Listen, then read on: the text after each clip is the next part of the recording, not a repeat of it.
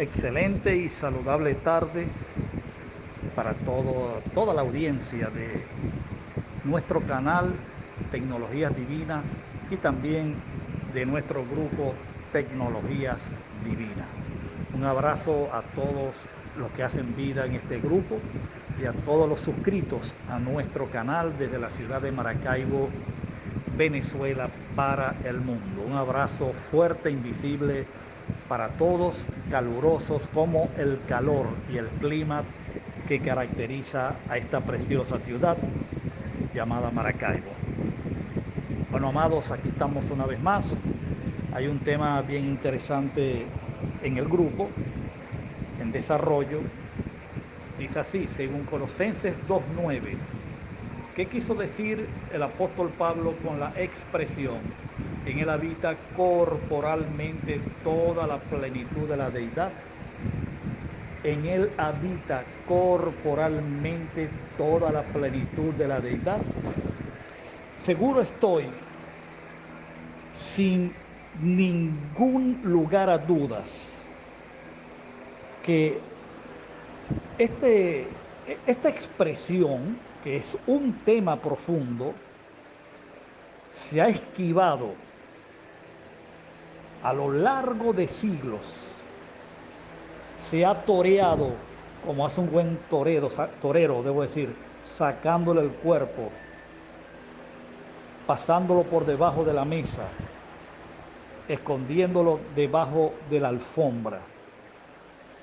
Un tema que, si bien es eh, competencia, vamos a decirlo así, fue competencia, fue aplicable 100% a quien fuese la iglesia del primer siglo, o la única y verdadera iglesia.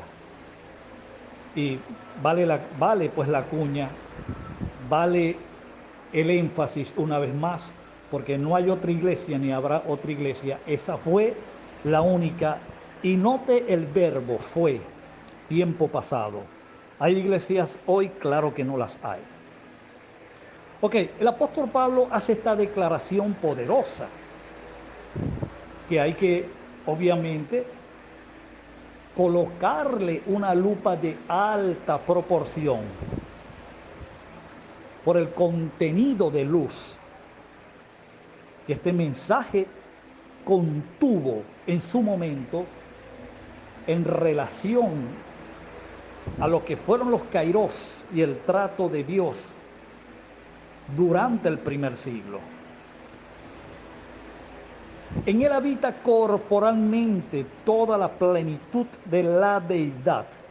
La primera pregunta que genera esta gigantesca declaración es la siguiente.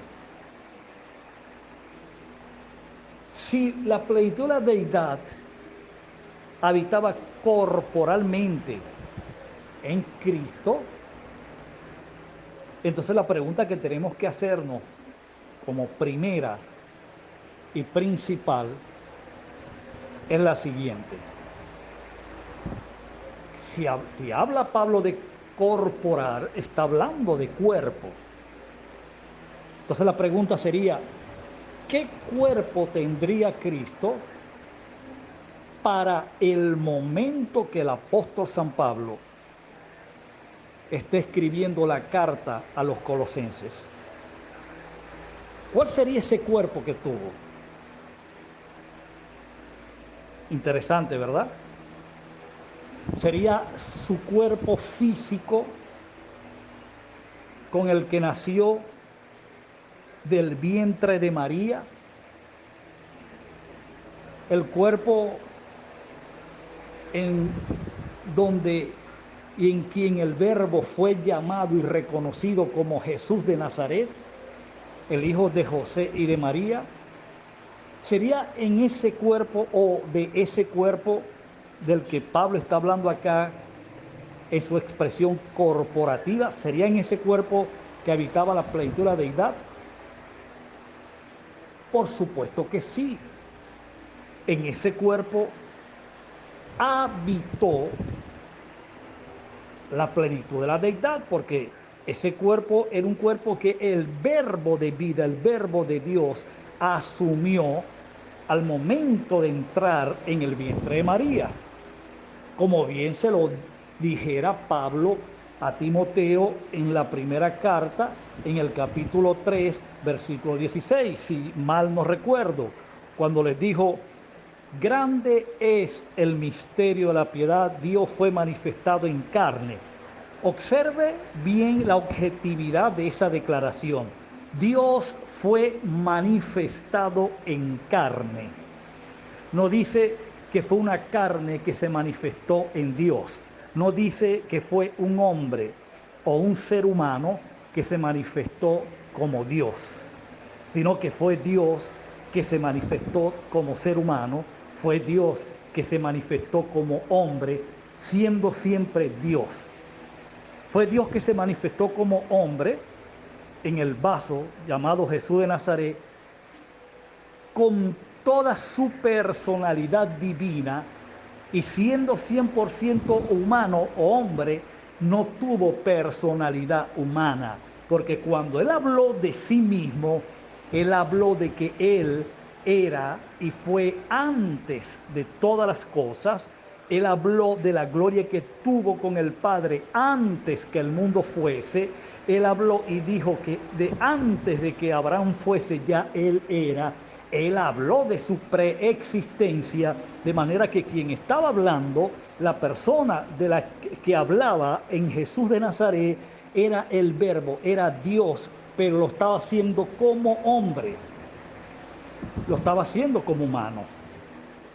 Sin embargo, debo aclarar que no fue ese el cuerpo del que el Pedro corrijo, no fue ese el cuerpo del que Pablo está hablando acá en Colosenses capítulo 2, versículo 9. No fue el cuerpo en el que Cristo o el Verbo nació, sino que para el momento que Pablo está escribiendo la carta a los colosenses,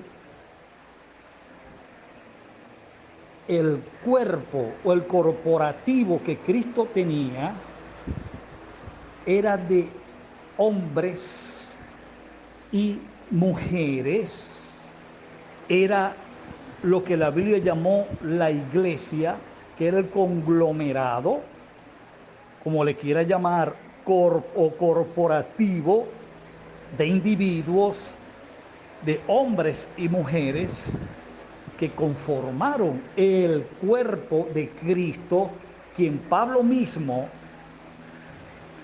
lo aclarase contundentemente en Efesios capítulo 1, versículo 23, cuando dijo de que Dios dio a Cristo como cabeza a la iglesia, la cual fue su cuerpo. Entonces, si la iglesia fue el cuerpo de Cristo, entonces Pablo lo que estaba diciendo aquí, afirmando: no vaya a pelear conmigo, pelee con Pablo, pelee con la Biblia.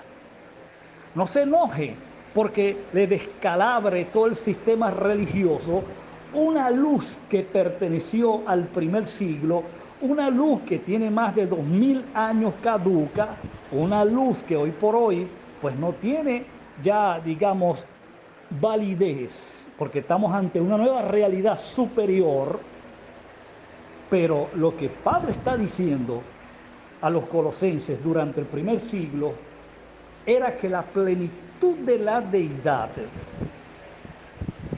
estaba en su cuerpo, el cual fue la iglesia. Y yo no tengo ningún miedo, ningún temor en decírtelo, porque yo no tengo compromisos con concilios, con organizaciones, con denominaciones, ni mucho menos con la religión. Mi compromiso es contigo. ¿Sabes por qué? Porque tú y yo somos uno y el mismo Dios. Mi compromiso es contigo porque es a ti a quien quiero llegar con esta luz y concientizarte de esa realidad que vivió la iglesia del primer siglo y que 2000 años después, hoy por hoy, escandaliza a muchos. De manera que todos estos hombres y mujeres que tú lees en las cartas, todas estas ciudades a quien se les dirigieron estas cartas, a quien se les dirigió el Apocalipsis, todos esos destinatarios, todas esas audiencias, en ellos habitó, porque esa fue la forma como la gracia presentó la luz. En ellos habitó toda la plenitud de la deidad, que el Verbo de Dios fue. ¿Por qué? ¿Por qué habitó la plenitud de la deidad en hombres y mujeres imperfectos, con dificultades, con problemas étnicos, raciales, qué sé yo, de conducta, de alcoholismo, de borrachera, de ignorancia, de educación, qué sé yo? ¿Por qué en este sinfín de males en los que el hombre estaba sumido por su ignorancia en cuanto a lo que él era en ese entonces? Bueno, como lo diría Pablo a los Corintios, que Dios escogió lo vil, lo menospreciado y lo vergonzoso de este mundo para avergonzar a los que se creían algo. O sea, fue por lo que Pablo le dice a los Corintios, esto fue predestinado, preordenado soberanamente, porque así lo dispuso el único que tiene autoridad y poder para decidir cómo, cuándo y dónde se deben hacer las cosas y cómo deben ocurrir. Entonces, ese es el escándalo que le proporciona una declaración como esta a muchos religiosos. ¿Por qué hombres con tantas falencias, con tantos problemas, por qué en ellos ha de habitar o habitó toda la plenitud de la deidad? Bueno, permíteme unos minutos para explicarte por qué. Escúchame. El Verbo, a quien la Biblia llamó Cristo en su primera manifestación corporal, fue, es y será Dios sobre todas las cosas. Pero cuando se hizo hombre por primera vez en el vientre de María, podemos decir que esa fue su primera venida como hombre. Esta fue la primera venida del Verbo o de Dios. Como le quieras llamar, no pecas, estás en lo correcto. Llámalo verbo o llámalo Dios, estás hablando de lo mismo, ¿ok? Pero como Jesús de Nazaret, esa fue su primera venida. Luego, como bien se los dijo, en uno de los pasajes, creo que fue en Juan 14, el capítulo 14, si bien recuerdo, cuando Cristo le dice a sus discípulos, les conviene que yo me vaya. ¡Wow! Vaya, qué declaración. O sea, era conveniencia, aunque ellos no lo entendieron al momento, ellos se entristecieron mucho, aquello le trajo mucha congoja, mucha aflicción, pero Cristo les dijo, les habló en verdad, les dijo, les conviene que yo me vaya, porque si yo no me voy, el Consolador no vendrá, el cual está con vosotros, porque era él mismo era el Consolador, está hablando del mismo, y le dice, y estará en ustedes. Si me voy, este Consolador que está con vosotros, estará en vosotros. Exactamente ocurrió así unos 3 años o 4 años aproximadamente, cuando el día del Pentecostés, Cristo regresa en el Espíritu. El Espíritu Santo no fue otro que el Espíritu de Cristo o el Espíritu de Dios, como le quieras llamar, no pecas, porque es la verdad. Cristo regresa en el Espíritu porque Él es Dios, el Verbo regresa en el Espíritu y entra en su nuevo cuerpo que había estado preparando, entra en el centro de su ser, en su espíritu, para comenzar a fundirse en él, para convertirlo en su habitación, en su morada, en su vivienda, y allí comenzar a ensancharse, a expandirse hacia arriba, hacia abajo, hacia los lados, hasta llenarlo todo, es decir, a la estatura, a la medida, a la plenitud del varón perfecto.